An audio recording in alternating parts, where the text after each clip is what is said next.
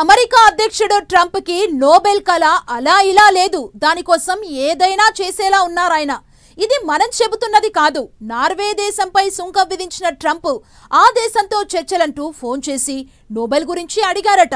ఇది సాక్షాత్తు నార్వే దేశపు పత్రికే ఓ స్టోరీ పబ్లిష్ చేసింది. దీంతో డొనాల్డ్ ట్రంప్ కి మరీ ఇంత నోబెల్ పిచ్చేంటని నెట్టింట ట్రోలింగ్ ప్రారంభమైంది.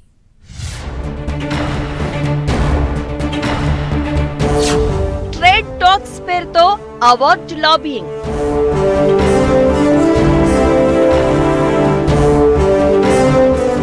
ట్రంప్ నోబెల్ పిచ్చి పీక్స్.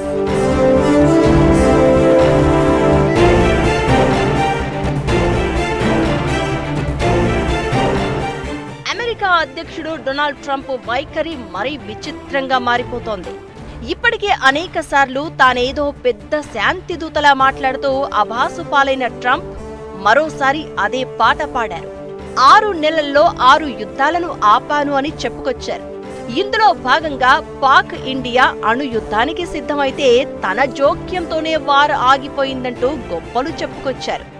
ఇది ఒకసారైతే ఓకే అనుకోవచ్చు, కానీ ఇన్నిసార్లు ఇలా చెప్పడం ఖచ్చితంగా ఆయన పైత్యానికి నిదర్శనమే అయి ఉండాలని నెట్టింట జోరుగా చర్చ సాగుతోంది.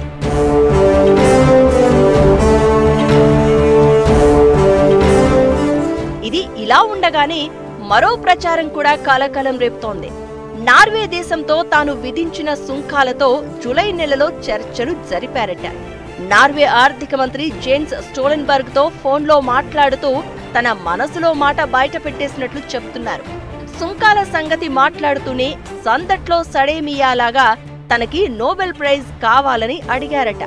డాజన్స్ నార్నింగ్స్ లైవ్ అనే ఓ నార్వే పత్రిక ఈ మేరకు ఓ కథనం ప్రచురించింది. ఈ స్టోరీ రాగానే ట్రంప్ కి నోబెల్ అంటే ఇంత పిచ్చేంటి అంటూ జోకులు వేసుకుంటున్నారు. నిజానికి ట్రంప్ ఏ యుద్ధాన్ని ఎలా ఆపారో ఆయన చెప్పడమే కాని ఇతర దేశాలు నిర్ధారించింది ఒక ఇరాన్ ఇజ్రాయిల్ వార్ విషయంలోనే. అసలు ఆ యుద్ధం కూడా ట్రంప్ ఇజ్రాయిల్ ను ఎగదోసి చేసిందే. ఇలాంటి స్థితిలో ట్రంప్ తనకి తాను శాంతి దూతను అని చెప్పుకోవడంపై జోకులు పేలుతున్నాయి. కానీ ఆయన మాత్రం దాన్ని అస్సలు కేర్ చేయడం లేదు. పట్టించుకుంటే ఆయన ట్రంప్ ఎందుకవుతారు?